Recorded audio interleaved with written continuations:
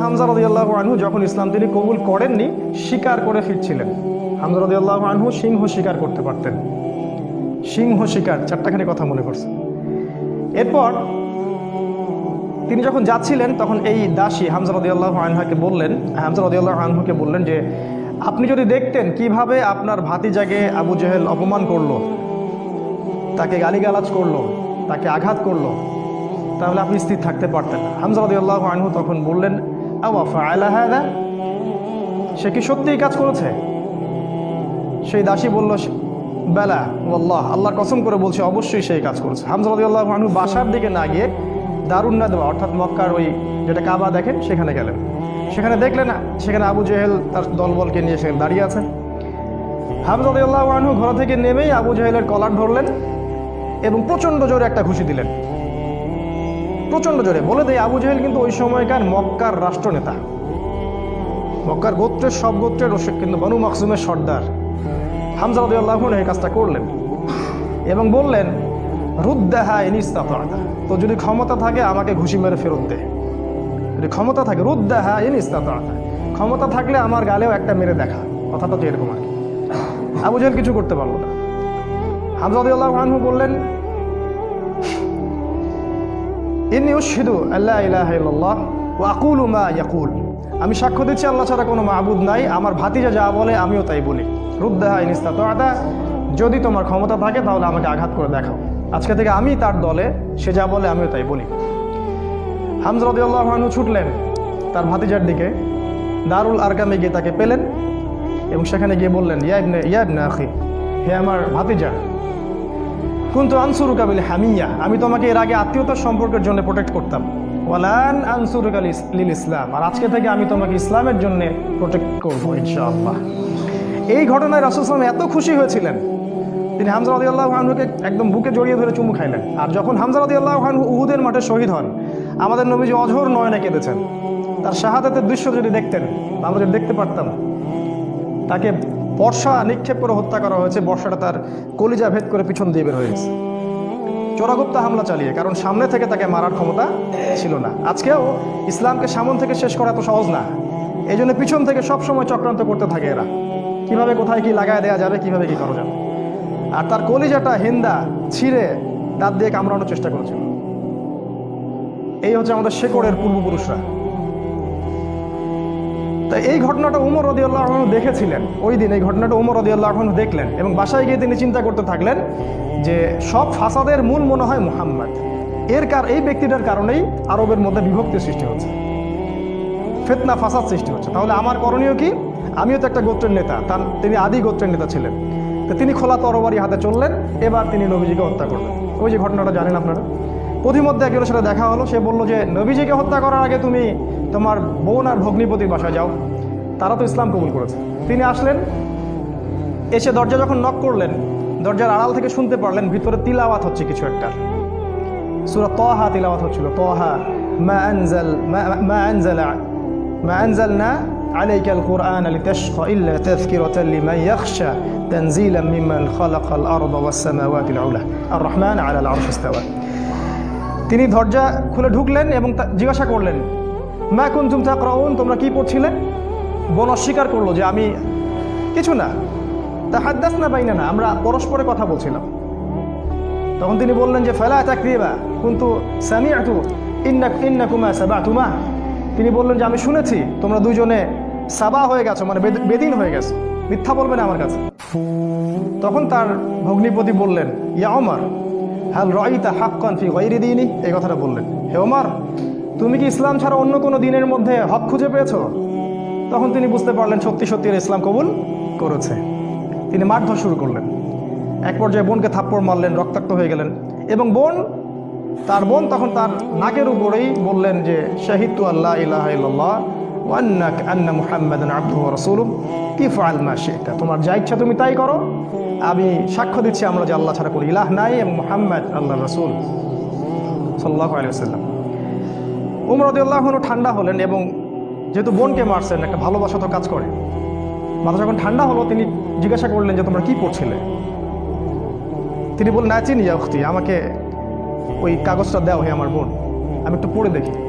প্রথমে তিনি দিতে চান নাই, পরে তার ভগ্নিপতি বললেন, তার স্বামী তাকে বললেন যে ইশারা করলেন তাকে দেও, কারণ তারা জানতেন উমর রাদিয়াল্লাহু আনহু একজন স্বচ্ছ মনের মানুষ ছিলেন, মানে হয় হকের পক্ষে নাহলে বাতিলের পক্ষে, মন একদম ফ্রেশ, ভিতরে কোনো প্যাচ নাই, মানে আমাদের মতো না কিন্তু, মানে কিছু কিছু হকে আবার কিছু কিছু বাতিলে, দেখেন না সুবিধা খোঁজে, আজকে যদি অনুকূল থাকে তাইলে প্রতিকূল থাকলে নাই, এই টাইপের ছিলেন, একদম স্ট্রেট ফরওয়ার্ড যে আমি হয় এদিকে আছি না এদিকে। এবার ওমর রাদিয়াল্লাহু আনহু সেই ওই চিরকুটটা পড়া শুরু করলেন, সেখানে ওই সূরা তাহা লেখা ছিল, এবং বলে রাখি ওই সময় আরবে মেবি আমি একটু ভুল হতে পারি, 16 থেকে 17 জন পড়াশোনা করতে পারতেন, 16 থেকে 17 জন লেখাপড়া করতে পারতেন, বাকিরা লেখাপড়া করতে জানতেন না। ইভেন আমাদের নবী সাল্লাল্লাহু আলাইহি ওয়াসাল্লামও লিখতে পড়তে জানতেন না, ওমর রাদিয়াল্লাহু আনহু পড়তে জানতেন। তিনি পড়লেন এবং পড়ে বুঝতে পারলেন, যখন তিনি সূরার তেলাওয়াত করতে করতে করতে করতে এই আয়াতে আসলেন, সূরা তাহার দেখবেন প্রায় এই যে 10 থেকে 20-এর মধ্যে আয়াতগুলো আছে, যে তাদেরকে অবকাশ দাও সেই দিন পর্যন্ত, জালেমদেরকে অবকাশ দাও সেই দিন পর্যন্ত যখন আল্লাহ পাক তাদের প্রত্যেককে ধরে ধরে হিসাব নেবেন। এই আয়াতগুলো যখন তিনি পড়তে লাগলেন তখন তার হৃদয়টা গলে, মানে আল্লাহর কালাম তো তিনি বুঝতে পারছেন তিলাওয়াত, তিনি আর থাকতে পারলেন, স্থির থাকতে পারলেন না। তিনি একটা কথা বলেন, আমিন হাদা ফাররাত কুরাইশ, কুরাইশরা কি এটা থেকেই পালাচ্ছে? তার ইশারা করলেন যে কুরাইশরা এখান থেকেই পালাচ্ছে। তিনি চোখ দিয়ে দরদর করে পানি পড়তে লাগলেন এবং তিনি বললেন, খুজুনি ইলা রাসূলিল্লাহি ওয়া আসহাবিহি, আমাকে আল্লাহ রসুল এবং তার সাহাবীদের কাছে নিয়ে চলো, আযহাবু ইলাইহি ওয়া আসলিমু, আমি তার কাছে যাব এবং ইসলাম কবুল করব। তিনি চললেন দারুল আরকামের দিকে, সেখানে ছিলেন হামজা রাদিয়াল্লাহু আনহু, ওই যে কিছুদিন আগে ইসলাম কবুল করছেন। হামজা রাদিয়াল্লাহু আনহু একজনকে পাঠালেন, দরজায় দেখো কে নক করছে। সে গিয়ে দেখলো, সাহাবীর নাম সম্ভবত খাব্বাব রাদিয়াল্লাহু আনহু। তিনি দেখলেন ফুটা দিয়ে যে ওমর ইবনুল খাত্তাব দরজার বাইরে তরোয়াল হাতে আছে। তিনি ভয় পেয়ে গেলেন, ভিতরে এসে বললেন, ক্বাদ জাআ ইবনুল খাত্তাব বিসাইফ, ইবনুল খাত্তাব তরবারি হাতে এসেছে। তখন ওমর, সবাই ভয় পেয়ে গেলেন, আবু বকর সিদ্দিক সহ, যে এবার না জানি কি হয়, কিয়ামত হয়ে যাবে এখানে, কারণ তার প্রচণ্ড রাগ ছিল। তিনি যে কত বড় যোদ্ধা ছিলেন সেটা বদরের মাঠে গেলে বুঝতে পারবেন, বদরের মাঠে আমরা যখন যাবো ইনশাআল্লাহ। তো হামজা রাদিয়াল্লাহু আনহু বললেন, মা লাকুম ক্বাদ ওয়াজিদতুম, তোমাদের কি হয়েছে, তোমরা ভয় পাচ্ছ কেন? ইফতাহু লাহুল বাব, তার জন্য দরজাটা খুলে দাও। লাউ ইউরিদ বিহি খায়রান ইয়াসলিম, সে যদি উত্তম কিছুর জন্য আসে ইসলাম কবুল করবে। আও ইউরিদ গায়রা যালিক ইয়াকুনু কতলুহু আলাইনা হাইয়িনা, আর যদি ও খারাপ কোনো ইন্টেনশন এখানে আসে, ওকে আমরাই ধরে মেরে ফেলে দিব। এই যে হামজা, উনিও কাউকে টারান না, তুমি এত বড় যোদ্ধা তো কি হয়েছে, আমরাও তোমার চেয়ে কম না। তো তিনি ওমর রাদিয়াল্লাহু আনহুর কলারটা ধরে ভিতরে নিয়ে আসলেন, নিয়ে এসে দরজার সাথে ঠেকিয়ে দিয়ে বললেন যে আলা তানতাহি হাত্তা ইয়ানজিলাল্লাহু বিকা কারিয়া, আলা তানতাহি হাত্তা ইয়ানজিলাল্লাহু বিকা কারিয়া, তুমি কি ততদিন পর্যন্ত বিরত হবে না যতদিন না আল্লাহ পাক তোমার উপরে কোনো শাস্তি আযাব পাঠাচ্ছেন আসমান থেকে? এইভাবে তিনি ধমক দিলেন আর কি। তো ওমর রাদিয়াল্লাহু আনহু ঠান্ডা হলেন, কারণ উনি তো ইসলাম কবুল করতে সেখানে আসছেন। এরপর রাসূল সাল্লাল্লাহু আলাইহি ওয়াসাল্লাম সেখানে বের হলেন, তিনি রাসূলের সামনে দাঁড়িয়ে, ওমর ইবনুল খাত্তাব রাসূলের সাল্লাল্লাহু আলাইহি ওয়াসাল্লামের সামনে দাঁড়িয়ে বললেন, ইয়া রাসূলুল্লাহ, হে আল্লাহর রাসূল, জিতুকা উমিনু বিল্লাহি ওয়া রাসূলিহি, আমি আল্লাহ এবং তার রাসূলের প্রতি ঈমানদার হয়েই এখানে এসেছি। ওয়া বিমা জিতা বিহি মিন ইনদিল্লাহ, এবং আপনি আল্লাহর পক্ষ থেকে যে কিতাব নিয়ে আসছেন তার প্রতি ঈমানদার হয়েই আমি এখানে আসছি। কালিমা সাক্ষ্য দিলেন, রাসূলকে বুক ভরে বললেন যে এর আগ পর্যন্ত আমি ইসলামের যে বিরোধিতা করেছি, আজকের পর থেকে আমি ইসলামের পক্ষের শক্তি হয়ে কাজ করবো ইনশাআল্লাহ। আর তোমরা ইসলাম আমার আগে কবুল করে যত নেকি কামাই করেছো, আজকে থেকে ইনশাআল্লাহ আমি তোমাদেরকে টক্কর দিব ইনশাআল্লাহ। তিনি ঘর থেকে বের হয়ে গেলেন, প্রথমে গেলেন আবু জেহেলের বাসায়। আবু জেহেলের বাসা নক করে বললেন, হ্যালো আলিমতা আন্নী ক্বাদ আসলামত, তুমি কি জানো যে আমি ইসলাম কবুল করেছি? বুকের পাঠা দেখছেন, দিন পালন করে বাসায় বলতেই পারে না যে আমি কোরআন সুন্নাহ ফলো করছি, আমি দিন পালন করছি। বাপের ভয়, মায়ের ভয়, সরকারের ভয়, নেতা খেতার ভয়, কত ভয়। আমাদের বাপদাদাই কি আসলে এরকম ছিলেন? তিনি আবু জেহেলের বাসায় গিয়ে বললেন, তুমি কি হাল আলিমতা আন্নী ক্বাদ আসলামত, আবু জেহেল তুমি কি জানলা যে আমি ইসলাম কবুল করছি? আবু জেহেল আকাশ থেকে পড়লো, হাল ফাআলতা হাদা, তুমি কি সত্যি এটা করেছো? লা তাফআল, এটা করিও না। ও ভয় পেয়ে যাচ্ছে, কারণ এ তো ইসলামে গেলে খবর আছে আমাদের। তখন উনি চোখ মুখ বড় করে বলেছেন, বাল ফাআল, আমি অবশ্যই ইসলাম কবুল করেছি। এরপরে গেলেন ওয়ালিদ বিন মুগীরার বাসায়, ওখানে একই কথা বললেন। তারপর আরেক কাফেরের বাসায় আরেক একই কথা বললেন। এরপর আসলে কাবা ঘরে এসে বললেন যে ইয়া আইয়ুহান নাস, হে হে হে লোক সকল, ই'লামু আন্নী ক্বাদ আসলাম, তোমরা জেনে রাখো আমি ইসলাম কবুল করেছি। ওয়া আন শাহিদতু আল্লা ইলাহা ইল্লাল্লাহ ওয়া আন্না মুহাম্মাদান রাসূলুল্লাহ, আমি সাক্ষ্য দিয়েছি আল্লাহ ছাড়া কোনো মাবুদ নাই, মুহাম্মদ সাল্লাল্লাহু আলাইহি ওয়াসাল্লাম আল্লাহর বান্দা এবং রাসূল। এরপরে লোকজন তাকে মারা শুরু করলো, সবাই তাকে মারা শুরু করলো, পারতেছিল না তার সাথে, তিনি একাই 8-10 জনকে ডিফেন্ড করতেছিলেন। এক পর্যায়ে সেখানে আরও কিছু গোত্রনেতা আসে এবং তাদের মারামারিটা বন্ধ করে দেন। এবার দেখেন, মারামারি বন্ধ করে দিয়ে একজন ওমর রাদিয়াল্লাহু আনহুকে বলছিলেন যে আফালা কুনতা কাতামত, ওমর তুমি কি চুপ থাকতে পারতে না? এই যে আমাদের হিকমা আছে না, চুপ থাকো, ওমর তুমি কি চুপ থাকতে পারতে না? ওমর ইবনুল খাত্তাব বলছেন ওয়াল্লাহি লা আকতুমুল হাক্কা ওয়া হুয়া আলামু, যখন আমি সত্য জেনেছি আল্লাহর কসম করে বলছি আমি সত্যকে গোপন রাখবো না। লাউ ফাররিকান্নাল হাক্কা মিনাল বাতিল কামা ফাররাকাল্লাহু বাইনাল লাইলি ওয়ান নাহার, আমি সত্যকে মিথ্যা থেকে আলাদা করে দিব ঠিক যেমন করে আল্লাহ রাত থেকে দিনকে আলাদা করে দেন।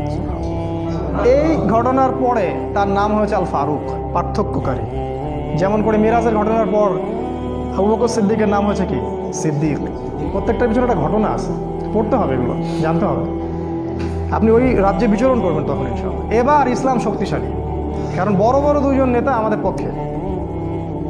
মনে করেন পুতিন আমাদের পক্ষে, মনে করেন ওই আরও বড় বড় কিছু নেতা আমাদের পক্ষে। এখন ইসলাম শক্তিশালী, তাদের কাছে ক্ষমতা আছে, লোকজন জলবল আছে, আর অর্থ সম্পদ আছে। এবার রাসূল সাল্লাল্লাহু আলাইহি ওয়াসাল্লাম এর কাছে গিয়ে ওমর রাদিয়াল্লাহু আনহু বললেন, ইয়া রাসূলুল্লাহ আলাসনা আলাল হক আলাইসু আলাল বাতিল, এভাবে বলতে থাকলেন, আমরা কি হকের উপর নাই, ওরা কি বাতিলের উপর নাই? আলাসনা মুসলিমান, আমরা কি মুসলিম না? আলাইসুল মুশরিকিন, তারা কি মুশরিক না? আমরা কেন এখানে গোপনে এভাবে ইসলামের দাওয়াত দিব? আজকে থেকে প্রকাশ্যে দাওয়াত দিব। এই তারপর থেকে ইসলামের প্রকাশ্য দাওয়াত শুরু হলো এবং মিছিল করতে করতে তারা কাবা ঘরে গেলেন এবং সবাই স্লোগান দিতে থাকলেন লা ইলাহা ইল্লাল্লাহ মুহাম্মাদুর রাসূলুল্লাহ, লা ইলাহা ইল্লাল্লাহ মুহাম্মাদুর রাসূলুল্লাহ। এবার আরবের লোকরা জাজল্যমান একটা দৃশ্য দেখতেছে, রেভলিউশন। হঠাৎ করে এই যে 50, 60, 70 জন মানুষ বের হচ্ছে রাস্তায় এবং কালিমার স্বাক্ষর দিচ্ছে। ওই সময় কিন্তু এই পপুলেশনটা খুব কম না, একটু বেশি। এবার নির্যাতনের মাত্রা আরও বাড়তে থাকলো। আমাদের হাতে অল্প সময় আছে, আমি 5 মিনিটে শেষ করছি ইনশাল্লাহ। নির্যাতনের মাত্রা বাড়তে থাকলো এবং এক পর্যায়ে সাহাবীদের প্রতি এমন মর্মান্তিক নির্যাতন করা হলো। কিছু নমুনা আপনারা জানেন, ওই যে বিলাল রাদিয়াল্লাহু আনহুর ঘটনা, সুমাইয়া রাদিয়াল্লাহু আনহার ঘটনা, আবার খাব্বাব, তারপরে মুসআব বিন উমাইর, এদিকে উসমান রাদিয়াল্লাহু আনহু, ইভেন আবু বকর সিদ্দিক, সমস্ত সাহাবীকেই টর্চার করা হলো। মানে ফিজিক্যাল, মেন্টাল, ইকোনমিক্যাল, এমন কোনো টর্চার নাই যেটা করা হয়। এরপর রাসূল সাল্লাল্লাহু আলাইহি ওয়াসাল্লাম তাদেরকে বললেন আবিসিনিয়ায় তোমরা হিজরত করো, দিন কায়েম। দেখেন, অনুকূল পরিবেশে এখন আমরা প্রকাশ্যে দাওয়াত দিচ্ছি, এখানে নির্যাতন হচ্ছে, ওখানে কিন্তু বোম ব্লাস্ট করছি না। আমরা বলছি যেখানে দিন পালনের সুযোগ আছে, অনুকূল পরিবেশ আছে, তোমরা সেখানে চলে যাও। সাহাবীরা চলে গেলেন ইথিওপিয়ায়, ওই যে আমি গতদিন খুতবায় বলেছিলাম, আবিসিনিয়ায়। ওখানে একজন বাদশা ছিলেন, সেই বাদশার নাম নাজাশি। সে ছিল একজন খ্রিস্টান, নাসারা। একজন খ্রিস্টান আমাদেরকে আশ্রয় দিল। সব খ্রিস্টান এক না, সব খ্রিস্টান এই পশ্চিমা সভ্যতার মতো ওই ছেলে ছেলে বিয়েকে জায়েজ বলে না। এরা গডলেস পিপল, এই পৃথিবীর সবচেয়ে বড় জালেম এবং ফেরাউন এরা, এবং আবু জেহেলও বটে।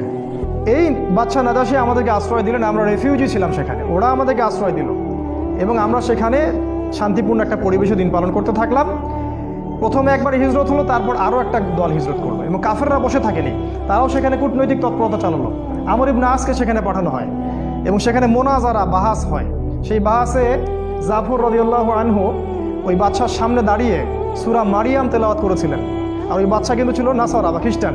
সূরা মারিয়ামের তেলাওয়াত শুনে সেই বাদশার চোখ দিয়ে ঝরঝর করে পানি পড়তে থাকলো। তিনি বুঝতে পারলেন যে এটা আল্লাহর পক্ষ থেকে এসে। তিনি বলেছিলেন একটা কথা, এটা লোভ সামলাতে পারছেন। তিনি বলেছেন যে ইন্নাহা লাহুদান ইয়াখরুজু মিন মিশকাতিন ওয়াহিদা মা আনজালাল্লাহু আলা ঈসা ইবনে মারইয়াম ইন্নাহা লাহুদা ইয়াখরুজু মিন মিশকাতিল ওয়াহিদা, এটা বলেছেন।